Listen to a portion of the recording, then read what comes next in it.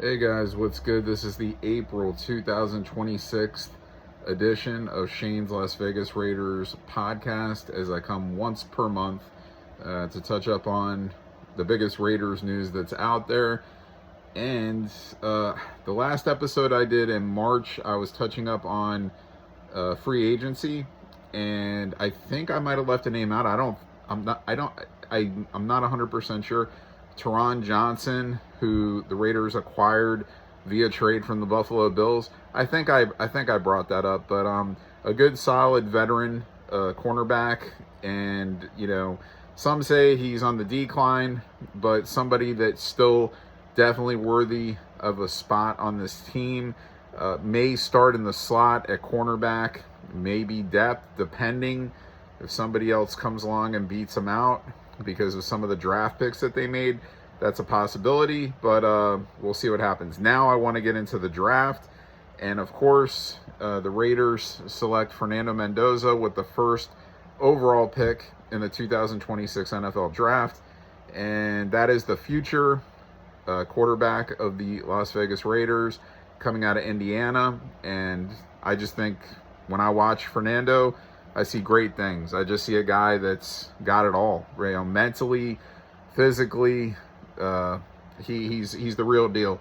So I don't need to sit here and get into detail. I don't really see any flaws. Hopefully, it will translate to the NFL game. At times, there are high-end draft picks that don't translate well to the NFL, and they call those busts. And they're saying, when they're talking about busts, they always bring up Jamarcus Russell, the only other first overall pick, quarterback from the Raiders, and kid out of LSU. And Jamarcus had talent, man. He just was on drugs, plain and simple. This kid liked codeine syrup, and unfortunately, the Raiders didn't know this until they got him, and he had a very short career because of it.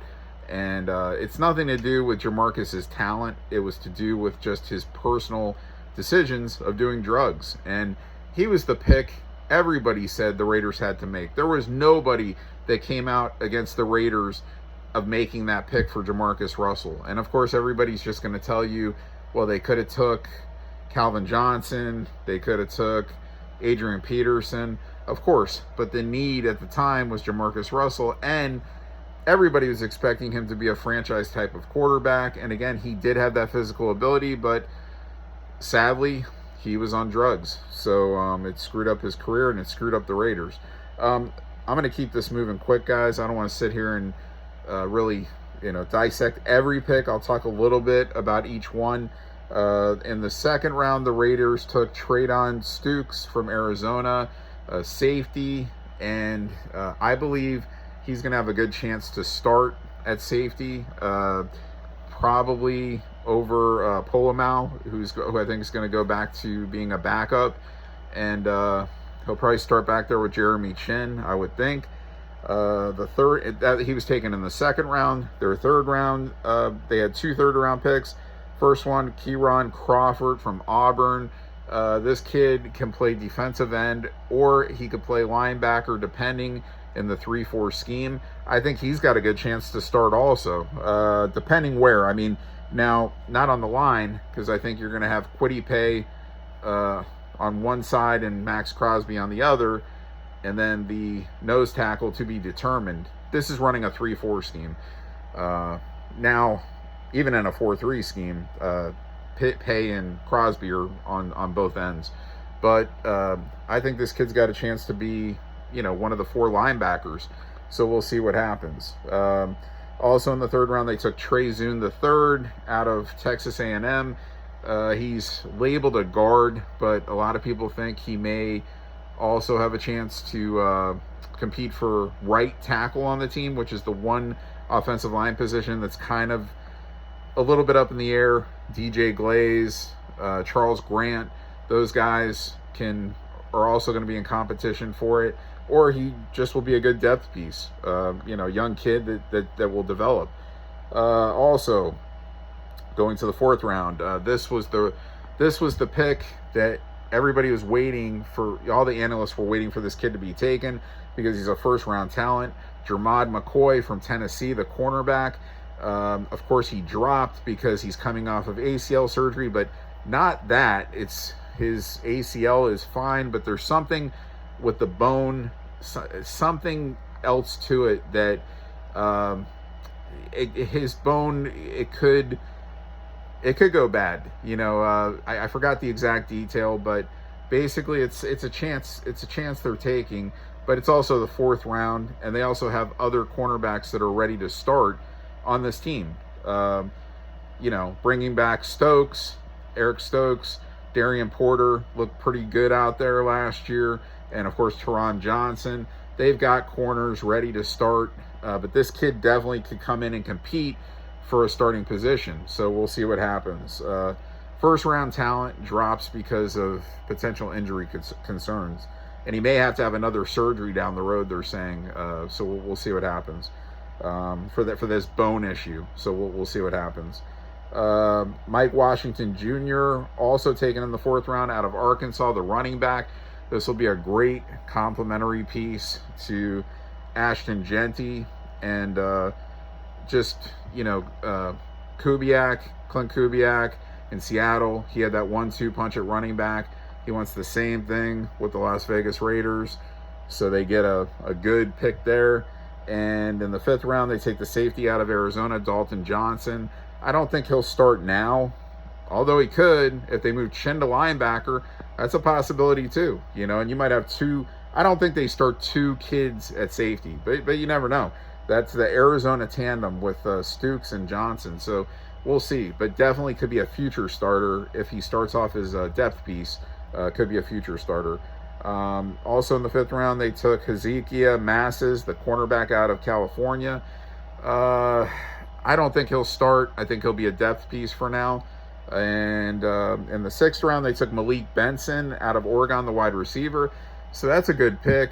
And he also he'll make the roster, even if it's, whatever. I mean, they have 4 receivers on the roster right now. So they have Naylor, Tucker, Beck, and Thornton. And Beck and Thornton, they just drafted last year. So Benson comes in. He's going to compete, man, for, somebody's going to be on the bench on Sundays, at wide receiver. They're not going to have 5 active wide receivers on the roster. So it's a good piece to bring competition. And then in the 7th round, they take Brandon Cleveland out of NC State, defensive tackle. Big kid, so we'll see what happens with him. I don't think he's going to start, but he'll be depth. They also traded Tyree Wilson, defensive end, former 1st-round pick. I like Tyree. Tyree got them another 5th-round pick in this draft.